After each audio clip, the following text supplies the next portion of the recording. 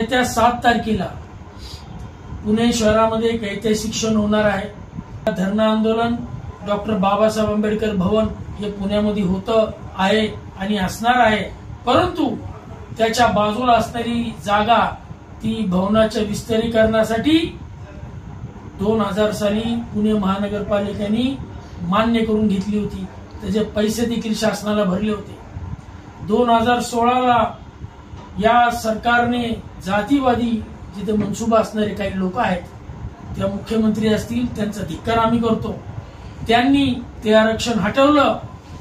सांस्कृतिक cultural centre म्हणून doctor Babasaheb आंबेडकरांच्या भवनासाठी ती असणारी जागा ते आरक्षण हटवलं।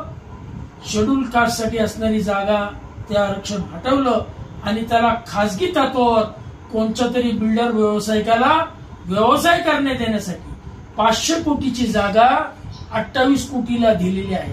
हा सर्वात मोठा भ्रष्टाचार, हा पुणेकरांना फसवण्याचा एक अत्यंत महत्वाचा एक भ्रष्टाचार झालेला आहे।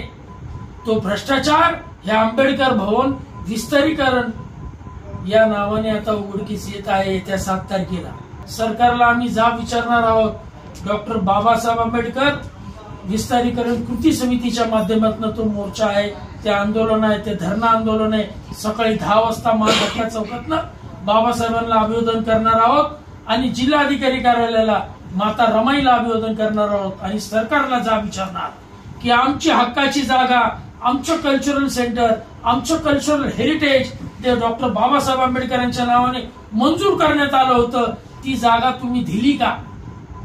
ती 500 कोटीची जागा 28 कोटी रुपयाला दिली। ह्याच्यात भ्रष्टाचार झाला।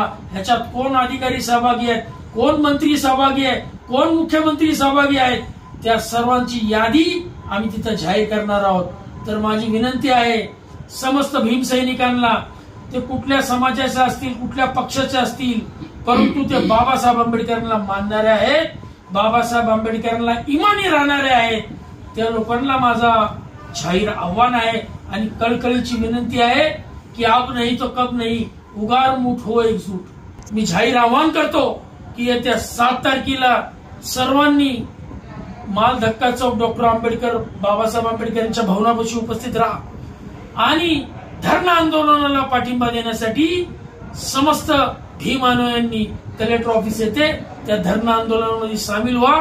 एवढंच बोलतो आणि पुन्हा एकदा घोषवाक्य देतो की उगार मुठ हो एकजूट, स्वाभिमानाचा लढा हा अंतिम यशस्वी होणार आहे। त्यासाठी तुमची साथ मी येतोय, तुम्ही या। जय भीम, जय भारत, जय हिंद।